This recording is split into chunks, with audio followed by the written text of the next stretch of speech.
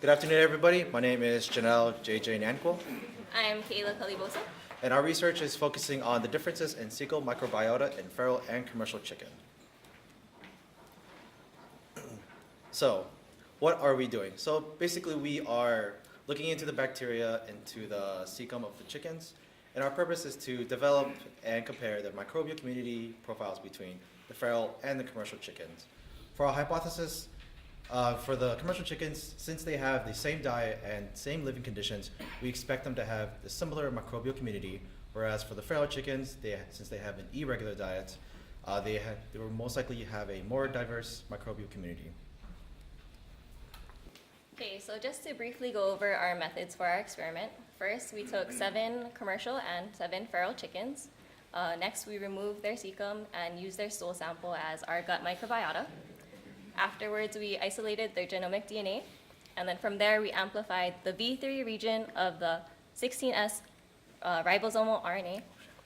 And from there, we began to identify the various bacteria present within the cecum using DGGE, next-gen sequencing, and Qpcr.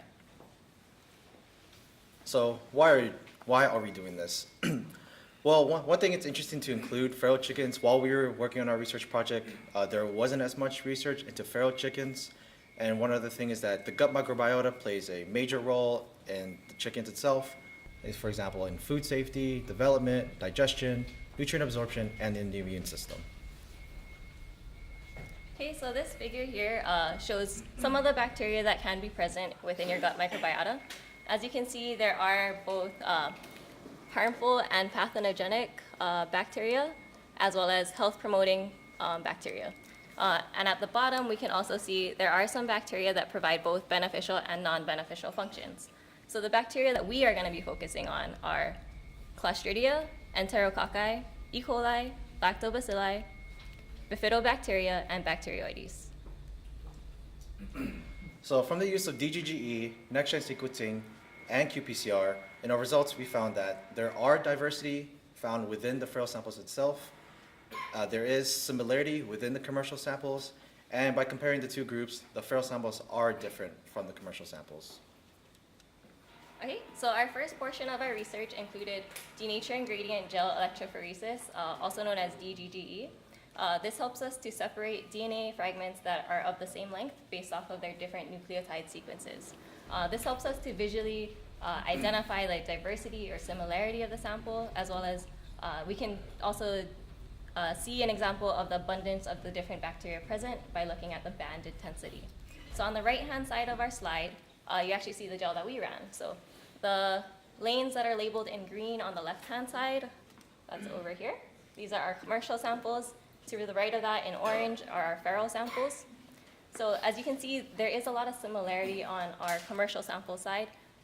Across all 7 lanes, there is many locations where bands are seen on every single lane. On the feral side, you do actually see a lot more diversity. There's very few locations where bands are seen on every single sample at the same location. And from there, we use a program called GelJ to create a dendrogram. A dendrogram looks at the location of the bands to display relatedness.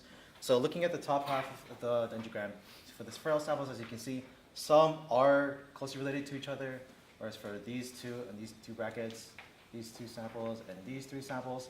But looking at the feral samples as a whole, they are not closely related to each other, whereas for the commercial samples, in the bottom half of the dendrogram, they are closely related to each other.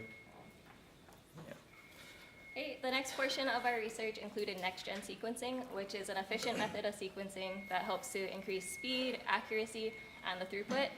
It's also helpful in in studies of microbial diversity, which is good for us because we're creating a microbial community profile. For us, we targeted the V3 and V4 region of the 16S ribosomal RNA, which is also shown on the screen here. From there, we collected a hierarchical cluster for our next-gen sequencing results, and this displays the relatedness of each genus-level bacterium displayed by colors. So starting with the feral samples, in the top part of the column, as you can see, they're pretty closely related to each other. The blue color represents Megamonas, and in the middle of the columns for the feral samples is light blue, which is Bacteroides. And looking at the commercial samples, on the right side, the top part of the columns are pinkish color, so that represents Blaudia. And in the middle of the columns, it's orange. It represents Cecal bacteria. So similar to our dendrogram that we also showed, this also reinforces the grouping together of the commercial samples to each other and the grouping together of feral samples to each other, but not as closely related to each other as the commercial samples are. This graph also shows the averages of the most abundant bacteria found within our feral samples as well as our commercial samples. The bacteria in the middle are common to both feral and commercial, according to our next-gen sequencing results. The bacteria on the outside, so over here and then over here, are exclusive to our feral or commercial chickens. And then, so you can visually see that there are differences between feral and commercial in the types of bacteria present as well as their abundance, and we'll dive further into that in our next few slides. So one thing to look at this graph, starting off with this graph, on the y-axis represents the percentage of bacteria present. On the x-axis is our target bacteria, and each bar represents each feral sample, so 1 bar equals 1 chicken. So looking at this graph, you can see that for Lactobacillus, Bifidobacterium, Bacteroides, and Clostridium, the feral samples are pretty diverse from each other, ranging different percentages of abundance. For Enterococcus and Escherichia, they are there, but their percentage reads are about 0.001%. So they're present, but not as abundant as the other bacteria. Okay, and similar to the graph JJ just explained, this is our percentage of bacteria present within our commercial samples. So excluding any outliers, which would be our C5, which is this light green color here, there is actually a lot more similarity and uniformity of the percentage of bacteria found within our commercial samples. And from there, we compare the two groups by gathering the average number of reads for the y-axis and also the same target bacteria that we were looking for. So as you can see, for feral chickens, they have a higher average number of reads for Bacteroides and Clostridium, whereas for commercials, they have higher average reads for Lactobacillus. And within Bifidobacterium and Bacteroides, there is a statistically significant difference within the within Bifidobacterium and Bacteroides in our feral samples. Okay, the next portion of our research included Qpcr to determine the abundance of select bacteria.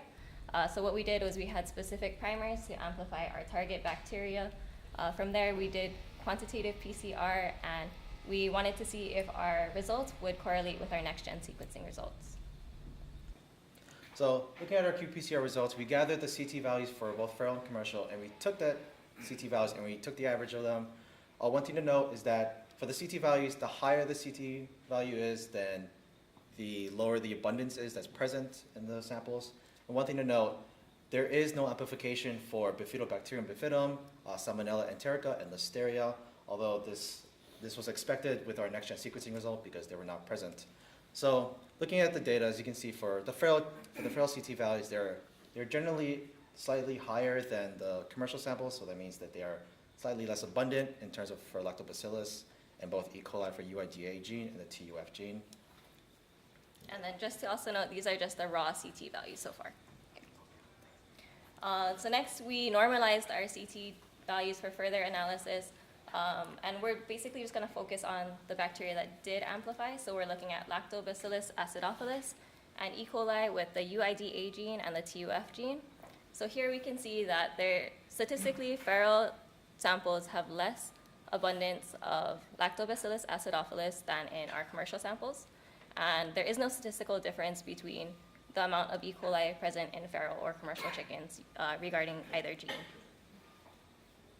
And from there, the results, we can conclude that there is diversity found within the feral samples, and for the commercial samples that there is some similarity within the samples itself.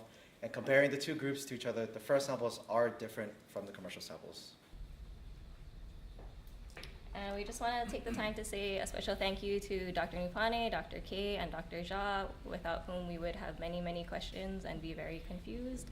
And also for the funding from the IDEA program and National Institute of General Medical Science. Thank you.